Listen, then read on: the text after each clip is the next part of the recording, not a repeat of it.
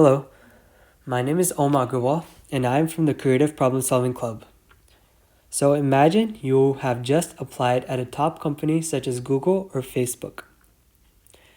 So you're waiting to be interviewed by a series of intimidating, smart people.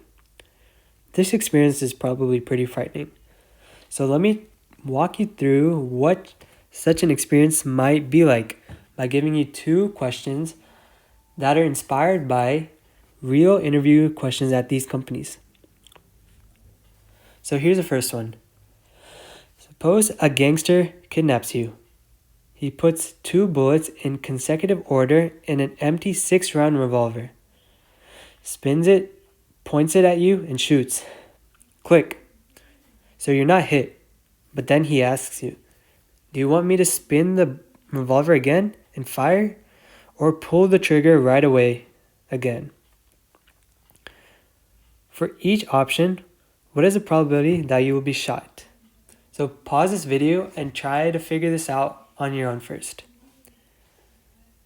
So here is my walkthrough. So let's first consider the option where you tell the gangster not to spin the revolver.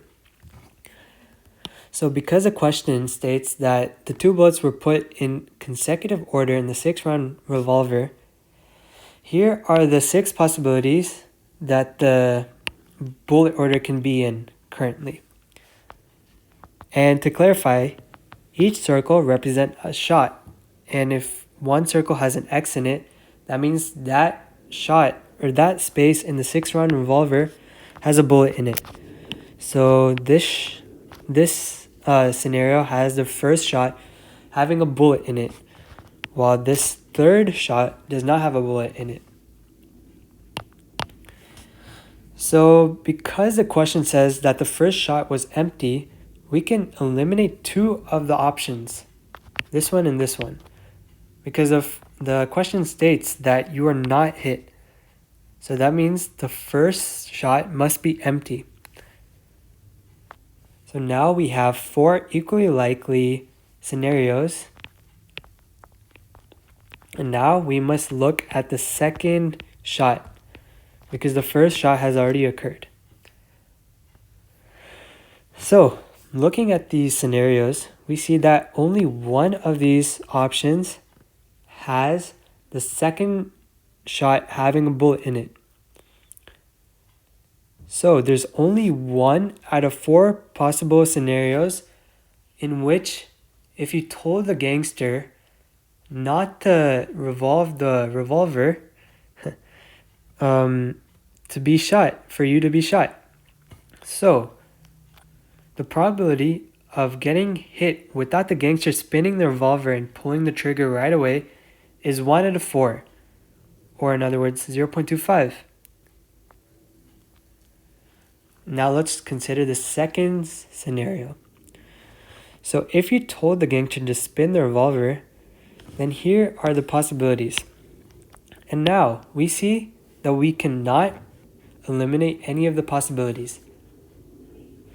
This is because when you told the gangster to spin the revolver, you're essentially randomizing the bullet order.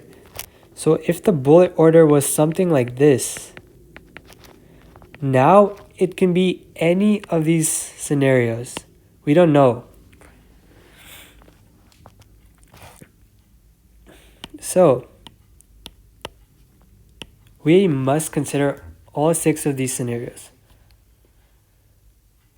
So, and now this time we are looking at the first shot, because if the gangster now clicks or pulls the trigger, this is the shot that matters, because you have spun the revolver, and now the next bullet will be from the first shot.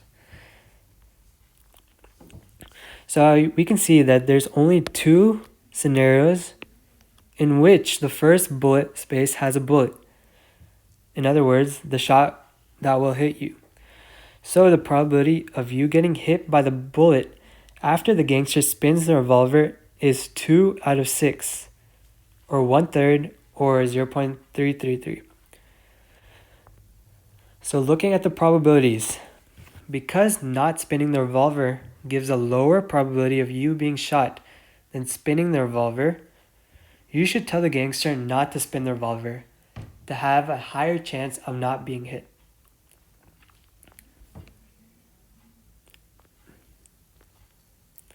Here's the next question. Suppose we have 2 ropes and we have a torch. It takes 60 minutes to burn each rope, but the rate of burning is uneven. In other words, the flame might go fast for the first 30 minutes and end up here after 30 minutes, and for the last 30 minutes, go extremely fast and end here. But either way, if you burn for 60 minutes, the flame would go from the beginning to the end. So that's what the uneven burning rate represents.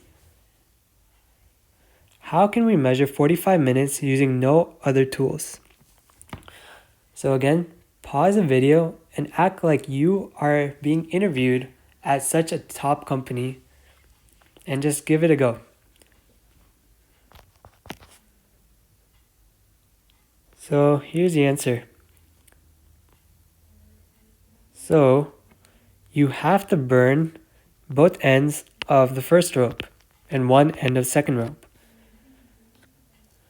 So after 30 minutes, because the total burning time is 60 minutes, after 30 minutes, because we have burned both ends of rope 1, the flames will meet.